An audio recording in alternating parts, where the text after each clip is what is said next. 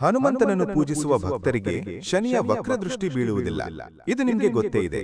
ಆದ್ರೆ ಒಂದು ಪ್ರಶ್ನೆ, ಶನಿದೇವರು ಸ್ವತಃ ಹನುಮಂತನ ಮೇಲೆ ವಕ್ರದೃಷ್ಟಿ ಬೀರಲು ಬಂದಾಗ ಏನಾಯಿತು ಗೊತ್ತಾ? ಹನುಮಂತ ಮಾಡಿದ ಒಂದು ಕೆಲಸಕ್ಕೆ ಶನಿದೇವರೇ ಬೆಚ್ಚಿ ಬಿದ್ದ ಘಟನೆ. ಶನಿದೇವರಿಗೆ ಹನುಮಂತನನ್ನು ಕಂಡರೆ ಯಾಕೆ ಅಷ್ಟು ಭಯ? ನಿನ್ನ ಸಹವಾಸವೇ ಬೇಡ ಎಂದು ಶನಿದೇವರು ಓಡಿ ಹೋದ ಕಥೆ ಕೇಳಲು ಸಿದ್ಧರ? ಆಕಾಶದ ನಡುವೆ ಶನಿದೇವರು ಗಂಭೀರವಾಗಿ ಸಂಚರಿಸುತ್ತಿದ್ದ. ಅವನ ದೃಷ್ಟಿಯಿಂದ ದೇವರಿಗಳಿಗೂ ಭಯ. ಶನಿದೇವರ ಮನಸ್ಸಿನಲ್ಲಿ ಒಂದು ಪ್ರಶ್ನೆ ಮೂಡಿತು. ಈ ಲೋಕದಲ್ಲಿ ಎಲ್ಲರೂ ನನ್ನ ಪ್ರಭಾವಕ್ಕೆ ಒಳಗಾಗುತ್ತಾರೆ, ಆದರೆ ಹನುಮಂತ ಮಾತ್ರ ಯಾಕೆ ಭಯಪಡುವುದಿಲ್ಲ?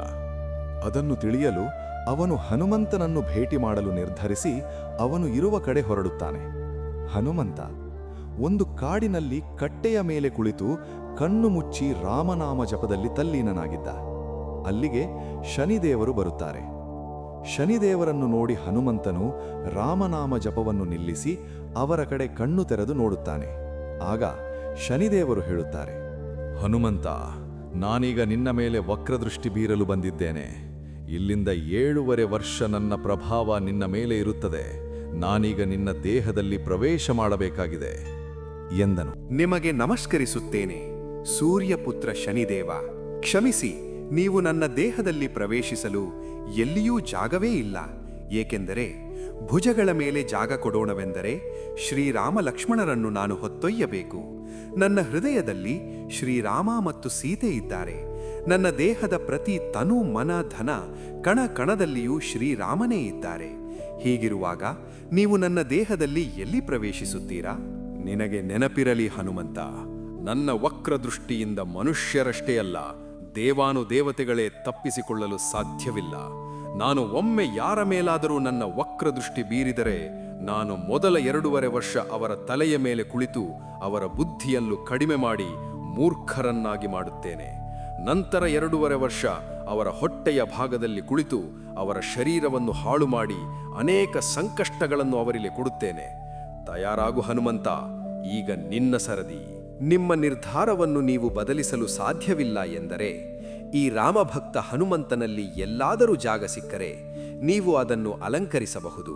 ಸ್ವಾಗತ ಶನಿ ಎಂದು ಹನುಮಂತ ಶ್ರೀರಾಮನ ಜಪ ಮಾಡಲು ಕುಳಿತು ಬಿಡುತ್ತಾನೆ. ಇದನ್ನು ಕೇಳಿದಂತಹ ಶನಿದೇವ ಕೋಪದಿಂದ ಹನುಮಂತನ ತಲೆ ಮೇಲೆ ಕುಳಿತು ಬಿಡುತ್ತಾನೆ.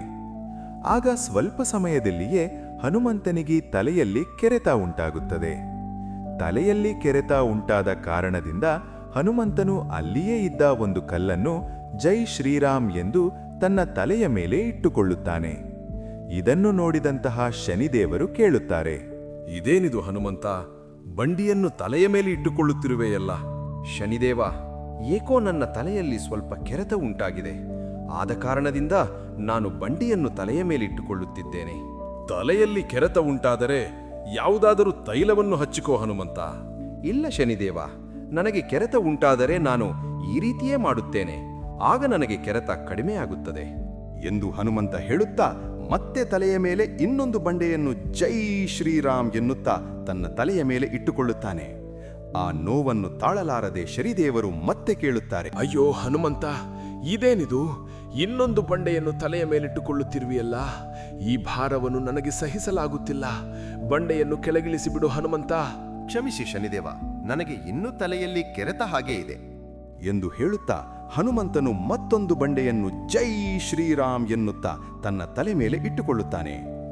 ಈ ಎಲ್ಲಾ ಬಂಡೆಗಳ ಭಾರವನ್ನು ತಾಳಲಾರದೆ ಶನಿದೇವರು ನೋವಿನಿಂದ ಹೇಳುತ್ತಾರೆ, ಅಯ್ಯೋ ಅಯ್ಯಯ್ಯೋ, ಬೇಡ ಬೇಡ ಹನುಮಂತ, ದಯವಿಟ್ಟು ಕ್ಷಮಿಸಿಬಿಡು. ನನಗೆ ನಿನ್ನ ಮೇಲಿರಲು ಆಗುತ್ತಿಲ್ಲ. ನಿಮಗೆ ನನ್ನ ಮೇಲಿರಲು ಆಗುತ್ತಿಲ್ಲವೆಂದರೆ ನೀವು ಹೊರಟು ಹೋಗಬಹುದು ಅಲ್ಲವೇ? ಅಯ್ಯೋ ಹನುಮಂತ, ಈ ಸಮಯದಲ್ಲಿ ತಮಾಷೆ ಬೇಡ. ನನಗೆ ಪ್ರಾಣ ಹೋದಂತಾಗುತ್ತಿದೆ. ದಯಮಾಡಿ ನನ್ನನ್ನು ಬಿಟ್ಟುಬಿಡು. ಇನ್ನು ಮುಂದೆ ನಿನ್ನ ಹತ್ತಿರವೂ ಸುಳಿಯುವುದಿಲ್ಲ. ಶನಿದೇವ, ನಾನು ನಿನ್ನನ್ನು ಬಿಡಬೇಕುವೆಂದರೆ ನೀನು ನನ್ನ ಹತ್ತಿರ ಮಾತ್ರವಲ್ಲ, ನನ್ನನ್ನು ಪೂಜಿಸುವ ಪ್ರತಿಯೊಬ್ಬರಿಗೂ ಕೂಡ ನಿನ್ನ ವಕ್ರದೃಷ್ಟಿ ಬೀಳಬಾರದು. ಸರಿ ಸರಿ ಹನುಮಂತ, ನಿನ್ನನ್ನು ಪೂಜಿಸುವ ನಿನ್ನ ಭಕ್ತರಿಗೂ ಕೂಡ ನನ್ನ ವಕ್ರ ದೃಷ್ಟಿ ಬೀಳುವುದಿಲ್ಲ. ದಯವಿಟ್ಟು ತಲೆಯ ಮೇಲಿರುವ ಎಲ್ಲ ಬಂಡೆಗಳನ್ನು ತೆಗೆದುಬಿಡು. ಆಗ ಹನುಮಂತನು ಎಲ್ಲಾ ಬಂಡೆಗಳನ್ನು ತೆಗೆದು ಶನಿದೇವರನ್ನು ಹೋಗಲು ಬಿಡುತ್ತಾನೆ. ಈ ಕಥೆಯಿಂದ ನಿಮಗೆ ಹೇಳುವ ಸಂದೇಶ ಏನೆಂದರೆ, ನಿಜವಾದ ಭಕ್ತಿ ಇರುವಲ್ಲಿ ಯಾವ ದೋಷ ಯಾವ ಕಷ್ಟವೂ ಹೆಚ್ಚು ಕಾಲ ಉಳಿಯುವುದಿಲ್ಲ. ಭಯಕ್ಕಿಂತ ಭಕ್ತಿ ದೊಡ್ಡದು. ದೇವರ ಮೇಲೆ ನಂಬಿಕೆ ಇದ್ದರೆ ಸಂಕಟ